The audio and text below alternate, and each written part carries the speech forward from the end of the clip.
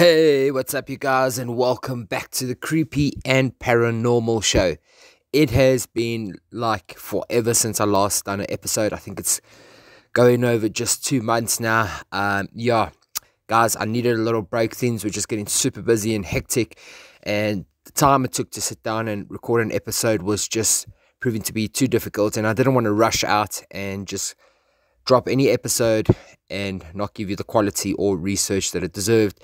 In that meantime, I had opened up a TikTok channel, which I've been pretty busy on posting content, but it seems like I am back to doing podcasts, at least for the meantime.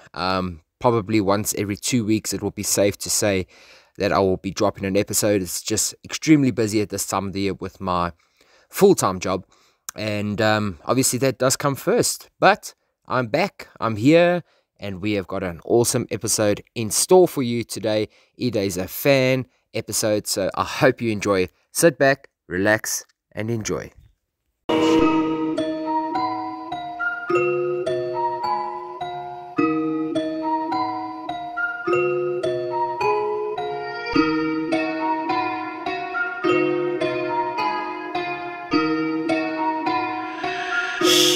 Look behind you.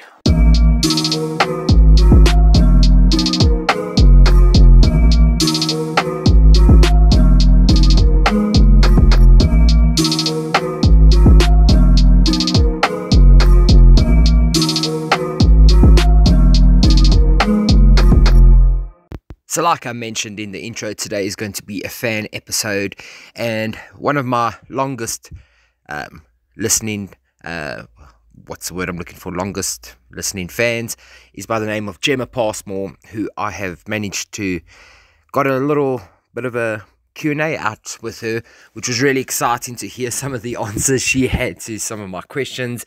Obviously with our schedules being super busy, we had to do everything online and not in person, but nonetheless, I think you might be enjoying this as much as I did. So yeah, let's get straight to it. Hey everyone, it is so exciting to finally be here on my friend Shane's Creepy and Paranormal show. My name is Gemma, and I have been listening to the show since the very first episode, and I have not missed a single one since. Shane and I see each other at work most days, and we chat about topics and ask him questions about other things he might have found, about his stories, and we exchange ideas, and it's just so cool to finally be able to be a part of it, and I'm very excited to chat to you. Alright, Gemma, so let's start this off. What would you say is your favorite topic that I have covered on the Creepy and Paranormal show, and why? My favorite episode of the Creepy and Paranormal show has to be, it's a toss-up between two of them. The first one is the one about the Salem witch trials. I absolutely love that subject. When I was a child, I was lucky enough to go to Salem and see all the sights and hear the stories, and I've been obsessed with it ever since that day. And I just, I loved that episode. My other favorite episode is the one of the Bermuda Triangle, which Shane and I actually collaborated kind of together. We chatted about the idea at work the one day, and he then went ahead and made the episode. I'm absolutely fascinated by the Bermuda Triangle and the many disappearances, and those are my two favorite episodes of the show. The next question I have for you, what is your stance on aliens and the possibility that there are other life forms out there? Oh, goodness. My stance on aliens. I believe that out of the hundreds and thousands and millions of reported alien sightings and photographs that there have been for many years, my opinion, and it's very controversial to what most people seem to think, is that if even just one of those thousands and thousands of photographs, reported sightings, any of that stuff, if just one of them is real, there we have our proof. And I think it's pretty naive to close your mind to the possibility that there could be something else out there, because the fact that the galaxy and the universe is so incredibly vast and unexplored, you cannot write off the possibility of something, some other colony or some form of life being present somewhere in the galaxy. It's a bit narrow-minded to close your mind to that possibility, I feel. I love watching that series, Ancient Aliens. My dad and I watch it all the time. He shares the same beliefs that I do, that, like I said, if just one out of the thousands is actual fact, then there's your proof. There's obviously, probably in our lifetime, we're never going to actually figure out or find out the truth about it, but the possibility is always there.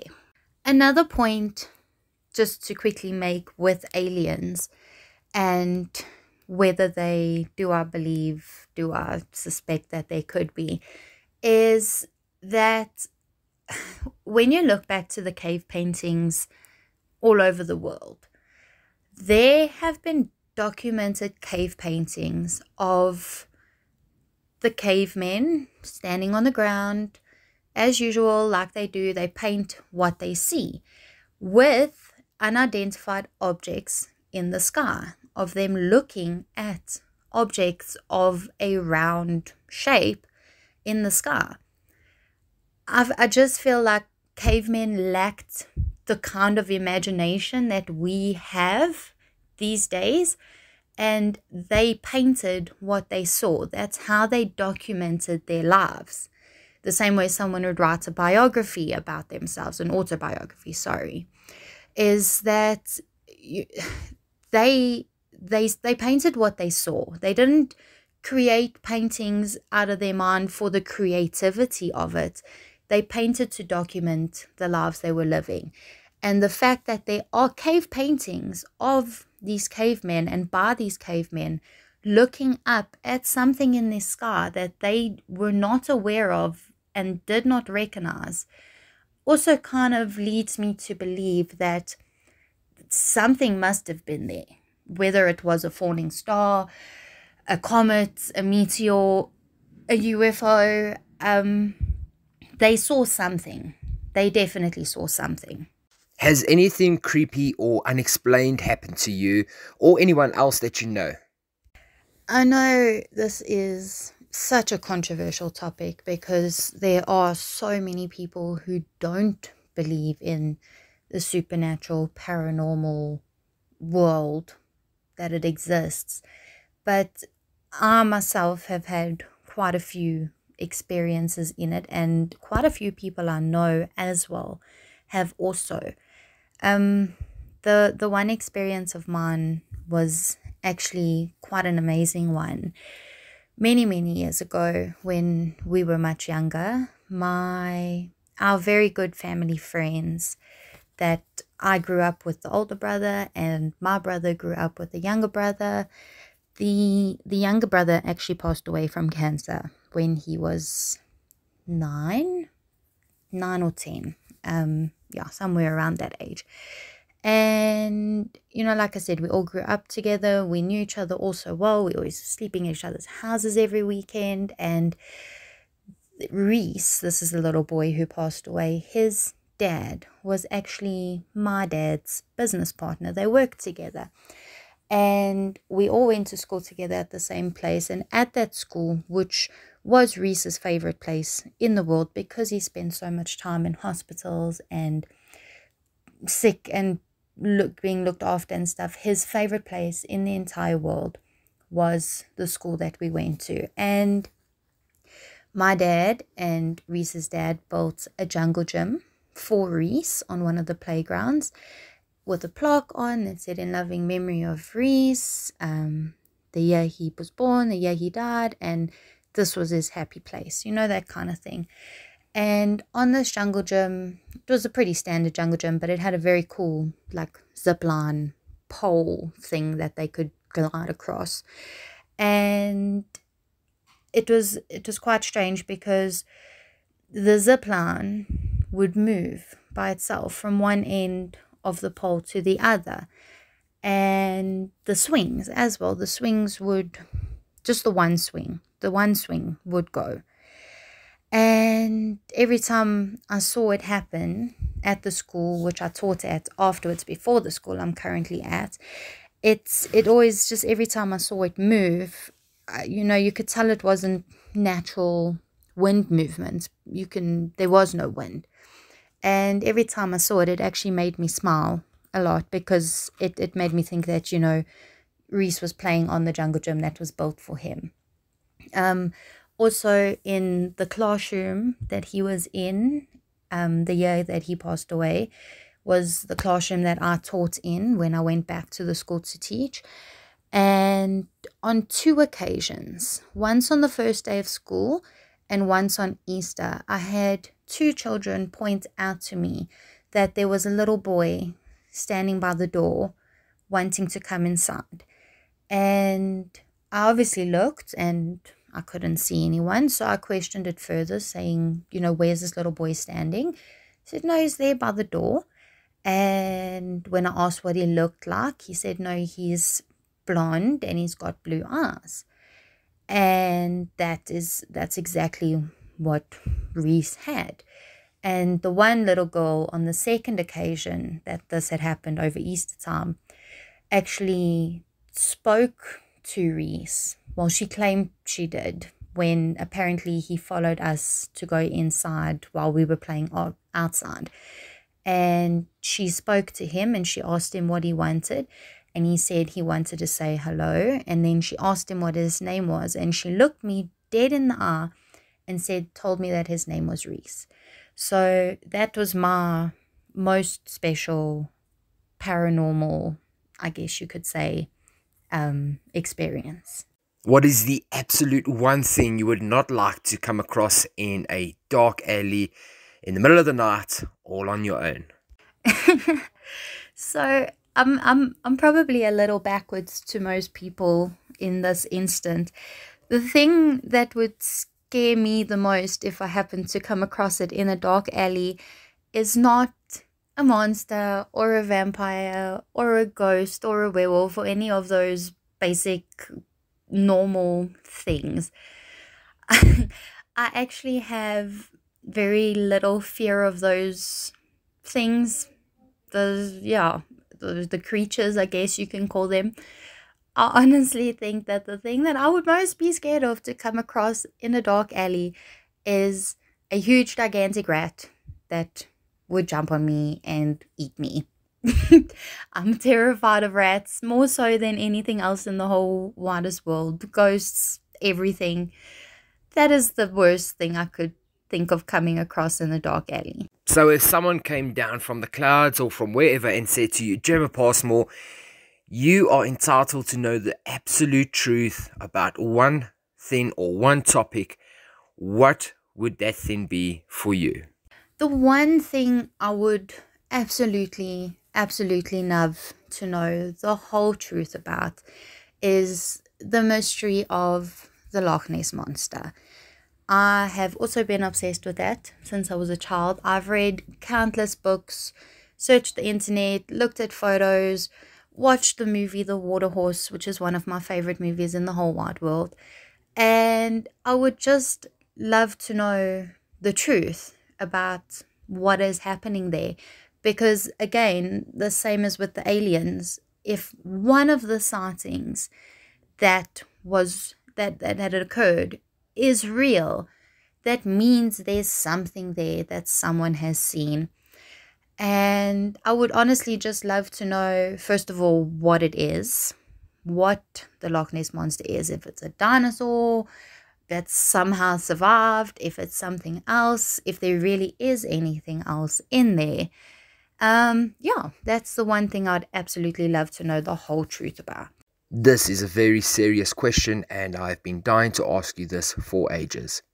Are you an alien? Am I an alien?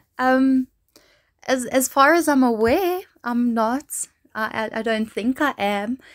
Although I suppose if we go back to the alien topic and there happen to be other alien civilizations out there, they could consider us humans on Earth as aliens, the same way we would consider the creatures living on other planets if there were aliens. So in that aspect, it's very possible that I could be an alien, but at this point in time, no, I'm 150% not an alien.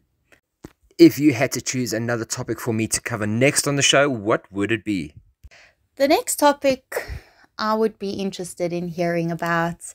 It's very difficult to decide actually, because as I mentioned before, Shannon and I chat quite often about this stuff, and we converse about topics that interest us, and most of the topics that I'm interested in, Shane's already covered.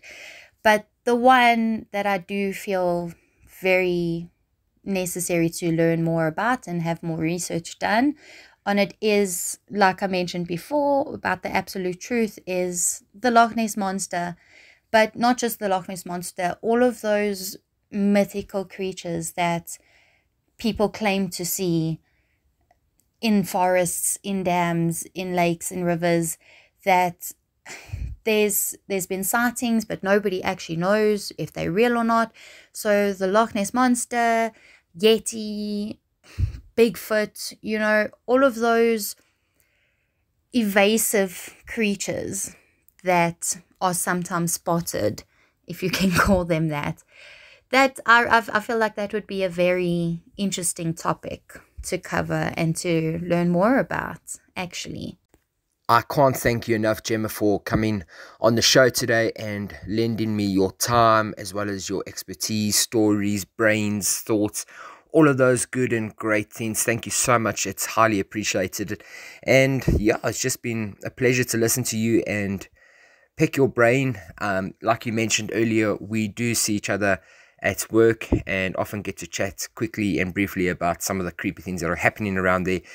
But what I really enjoyed was listening to it from a different point of view today, so that my fans and fellow listeners can also hear what you have to think or what you have to offer and your expertise on something. So thank you so much for your time. I truly do appreciate it, and I hope that I continue to deliver content that you will enjoy going forward.